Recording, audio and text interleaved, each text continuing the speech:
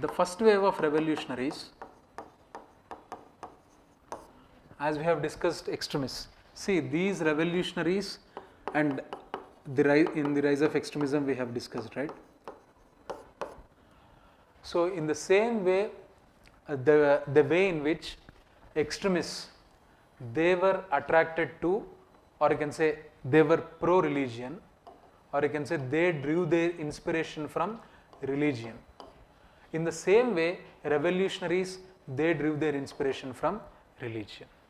So that was the reason why the first wave of revolutionaries, they were explicitly, we can't call them communal, but they were inspired by the epics and other things. For example, మనం చూస్తే ఏంటంటే in 1880s and 1890s, when we look at the growth of revivalistic nationalism during this period, we find that extremists and revolutionaries, they started deriving inspiration from people like Shivaji, people like Maharana Pratap, and they started using the imageries of Krishna, Rama, epics basically, epics. So, ila Krishna, Rama and all the other epic heroes, they were considered as national heroes and they were used for the purpose of galvanizing masses. Okay? And their stories, they are presented in the form of freedom struggle. For example, Krishna killing Kamsa. It was presented as if Kamsa was a foreign ruler and Krishna is a native freedom fighter, and Krishna killing Kamsa is for the freedom and upliftment of poor people. So the indirect message what they want to present was, you can kill the Britishers for the emancipation of locals. Do you understand? In the same way, if you look at the murder of Rand, who was a plague officer in Pune, what happened? Tilak, he has written about Shivaji. Tilak, in his newspaper of Maratha, Kesari, he writes about Shivaji, where he mentions that Shivaji killed Afzal Khan, who was harassing people, and with this assassination, people have freed the entire region from the atrocities of a foreign ruler, Afzal Khan. So the imagery was of Shivaji versus Afzal Khan, but the purpose was Indians versus Britishers, right? So Maharana Pratap's struggles against Akbar. So Maharana Pratap was projected as a native leader, Akbar was projected as a foreigner. In this way, through these stories, they wanted to inspire youth. Especially their target audience were youth. So they wanted to inspire youth, they want to galvanize people, and they wanted them to participate in freedom struggle. What people like Tilak was completely against use of physical violence, no doubt about it.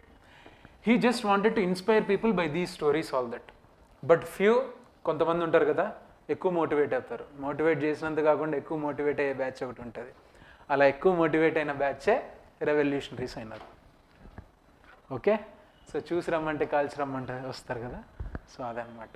So these were the people who got that extra dosage of motivation, Chapekar brothers and others, and they have gone for this aspect of assassinations.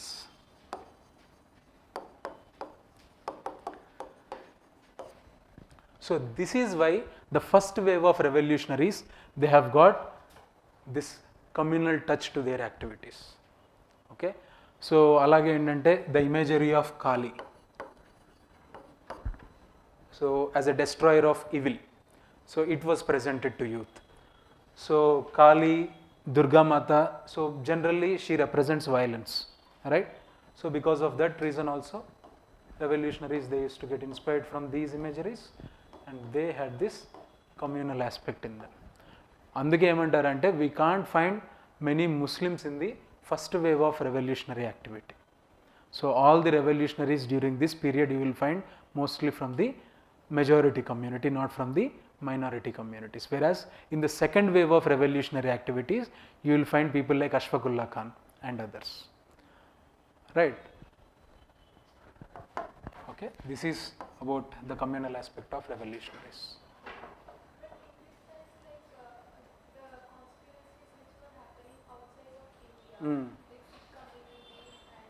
Gadar movement and all that.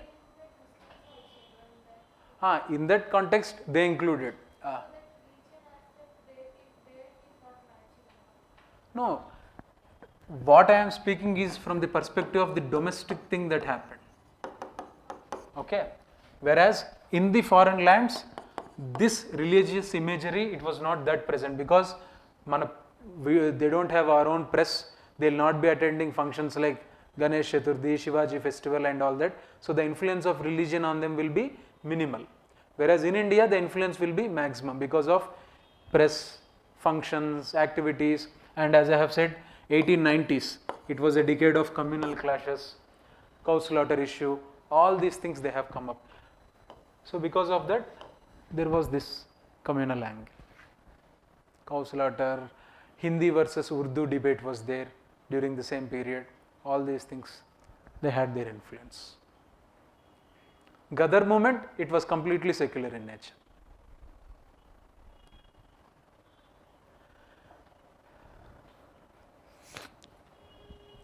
See, మనం ఒక దగ్గర ఉంటేనే కదా లోపల ఉన్నప్పుడే divisions అన్నీ వస్తాయి. They come up. So when you are in foreign land you become united. So irrespective of religion, caste and creed, you call yourselves as Indians. When you are India, you speak about religion, caste and other things, right? So that psychological angle also plays up, right? Any other doubt?